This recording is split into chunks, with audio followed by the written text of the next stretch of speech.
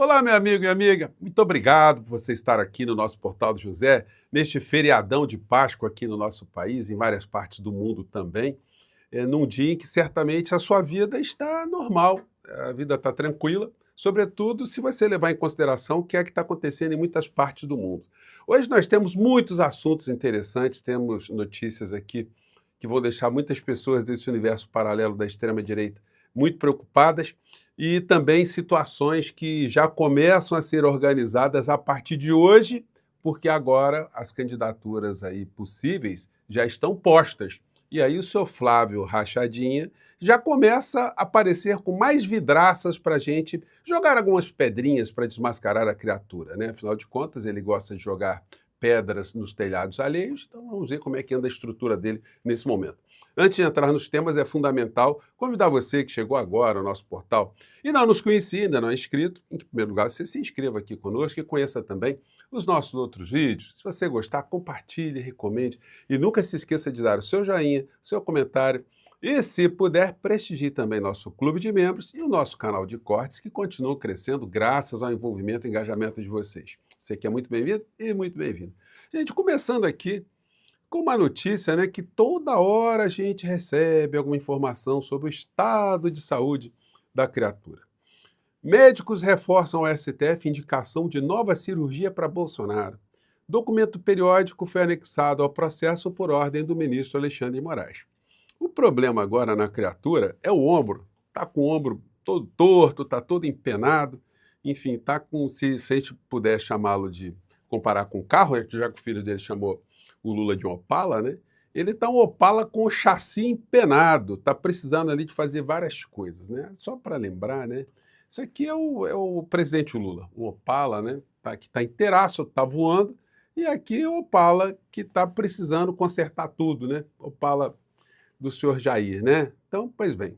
Agora, eles continuam a produzir coisas muito curiosas. Isso aqui é uma piada pronta. O Flávio Rachadinha, ele publicou isso aqui, mas, gente, olha, tá difícil segurar o riso quando a gente vê como essa gente é destrambelhada mentalmente, né? Vamos ver aqui o que ele andou publicando.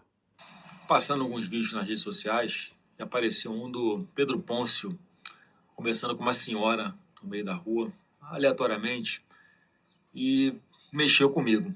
Assiste aí e vê se vale a pena continuar com picuinha em detrimento de um projeto muito maior.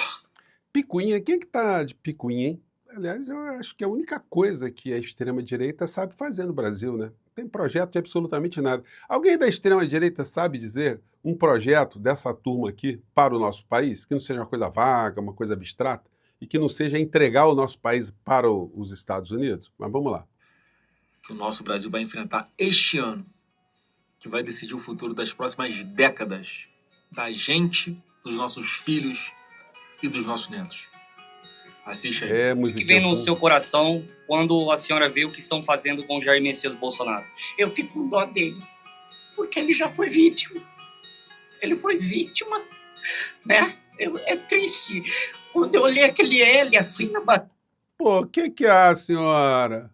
O L na barriga do criminoso. Aí a senhora obriga a gente a dar umas risadas, né? Tem que colocar um pouquinho aqui diante, de novo aqui, né? Olha só, tadinha da senhora. Porque ele já foi vítima. Ele foi vítima, né? É triste. Quando eu olhei aquele L assim na barriga dele, você acredita que eu chorei? Você imagina aquilo na gente? Eu não tinha percebido isso, né? Não deixa de ser um L, né? Assim, ficou marcado para sempre, né? Ele fez o L, sem querer, mas tá lá, o L, né? Enfim. Então, senhor Flávio, né? O senhor que está publicando esses troços aí, né? E aí é o seguinte, olha as vidracinhas aparecendo. Flávio Bolsonaro viajou com a família para a Flórida e Rio em jatinhos emprestados por empresários. Que empréstimozinho salafraio esse, hein? Senador afirmou que voos tiveram um caráter privado com finalidade pessoal e familiar, mas não respondeu quem pagou as viagens. Então ele foi, porque como vocês sabem, né, um jato para ir daqui do Rio de Janeiro até a Flórida tem que ter autonomia para esse tipo de voo. E o empresário que emprestou esse aviãozinho para ele, é proprietário desse Bombardier Global 6000. E aí fui dar uma olhada, né? O senhor sabe, né, o senhor Flávio, que o senhor diz que o senhor é antissistema, né? Mas que antissistema que o senhor é? Isso aqui é o jatinho que o senhor estava viajando, né, com a família antissistema, né, para os Estados Unidos. E, amigo, você pode pesquisar, minha amiga também pode pesquisar, que uma viagem nesse tipo de aeronave do Rio até a Flórida custa, em média, de 95 mil a 140 mil dólares. Dólares. Então, é um presentinho bem safadinho, né? Esse aí do senhor Flávio Bolsonaro. Agora, ele vai entrar numa situação em que a extrema-direita no mundo está sofrendo uma série de abalos. Alguns têm a ver com essa criatura aqui, o senhor, não o Malafaia, mas o senhor Netanyahu, que alguns analistas estão atribuindo a ele a interferência ou um domínio sobre a figura de Donald Trump, por supostamente ter sobre ele alguns segredos, ou ter dele, né, de Donald Trump, uma série de segredos, uma série de coisas complicadas que o Serviço de Inteligência de Israel teriam descobertos. E algumas situações estão relacionadas a esse vínculo do senhor Donald Trump com um criminoso, um agenciador de todo tipo de patifaria envolvendo adultos, que está sendo chamado nos Estados Unidos do sindicato Epstein, ou do clube Epstein, que pegava crianças e adolescentes para servir aos caprichos mais dantescos dessa gente toda. Isso aqui não é uma foto casual do Trump com esse criminoso. O Trump tem dezenas, centenas de fotos com essa figura porque estava convivendo sempre com ele, frequentava ambientes com ele. Então não dá para a gente dizer que o Trump não tivesse nenhum tipo de envolvimento com a criatura. As fotos são aí aos milhares circulando nas redes sociais, né?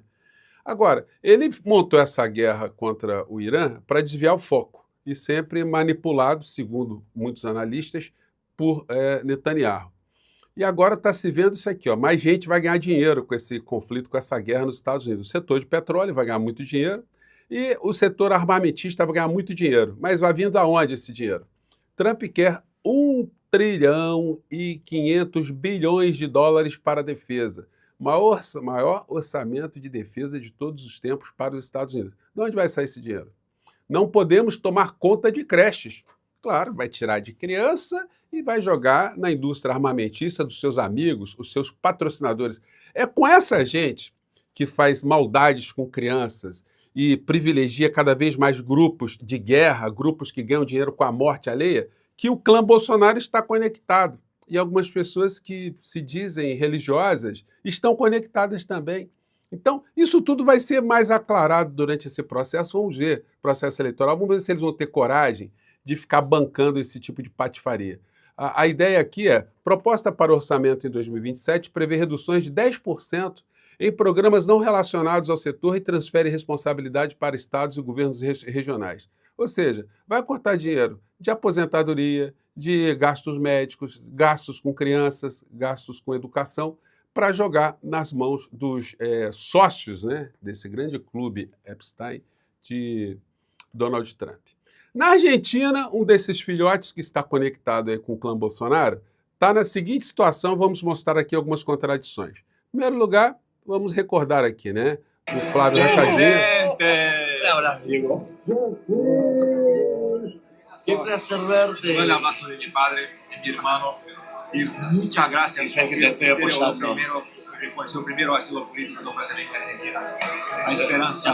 O Milei talvez nem soubesse que estava dando asilo político para os criminosos do 8 de janeiro, né? Vamos falar de Milei, mas vou fazer um corte aqui, porque vai ter eleição lá na Hungria, e lá tem um desses caras da extrema-direita, o senhor Viktor Orbán, que está perigando tomar um sapeca iaiá, como se fala em algumas brincadeiras, né? Lá na Hungria.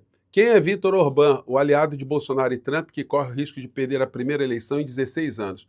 Um corrupto gigantesco, um extremista que faz esse discurso de Deus, pátria e família, mas que o discurso já está tendo um esvaziamento total porque a extrema-direita, comandada ali pelo Trump, está passando por essas turbulências.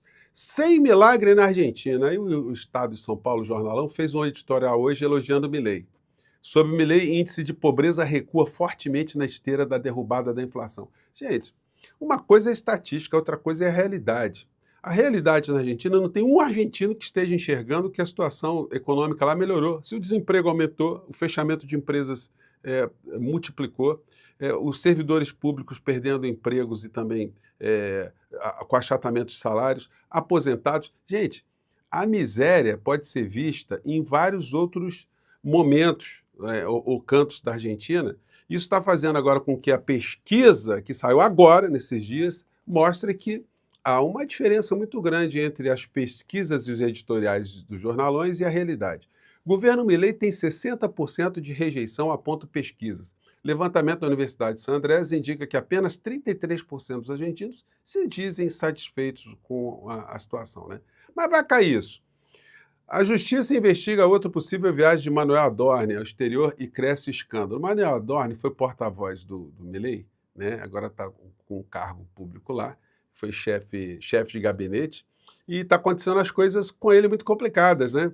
Porque eles fazem um discurso da austeridade, acabar com a casta, com os privilégios, mas ele comprou 3 imóveis, um está no nome da esposa dele, outros 2, sem ele ter renda para isso. Está fazendo, será, as rachadinhas, as rajadas, né? Fazendo as rachadinhas lá na Argentina. Bom, a oposição a ele está crescendo cada vez mais. A bomba de tempo de Milei. Ele está se queimando muito também porque ele está tendo agora, teve mais um período que se lembra, a guerra da Argentina contra a Inglaterra por conta das Malvinas. E o Milei dá declarações como essas aqui, né? Ele elogiando a Margaret Thatcher. Hubo una guerra y a nosotros nos tocó perder. Quer dizer, foi uma guerra e nós acabamos perdendo a guerra. Eso no quiere decir, digamos, que uno no pueda considerar que quienes estaban enfrente que hacen bien su trabajo. O sea, E aí quem estava na frente estava fazendo o seu trabalho, né? y no solo admiro a Margaret Thatcher, admiro también a Ronald Reagan en esta. Então, quer dizer, Margaret Thatcher e Ronald Reagan, com a ação deles, eles mataram argentinos. Então, isso está circulando na Argentina.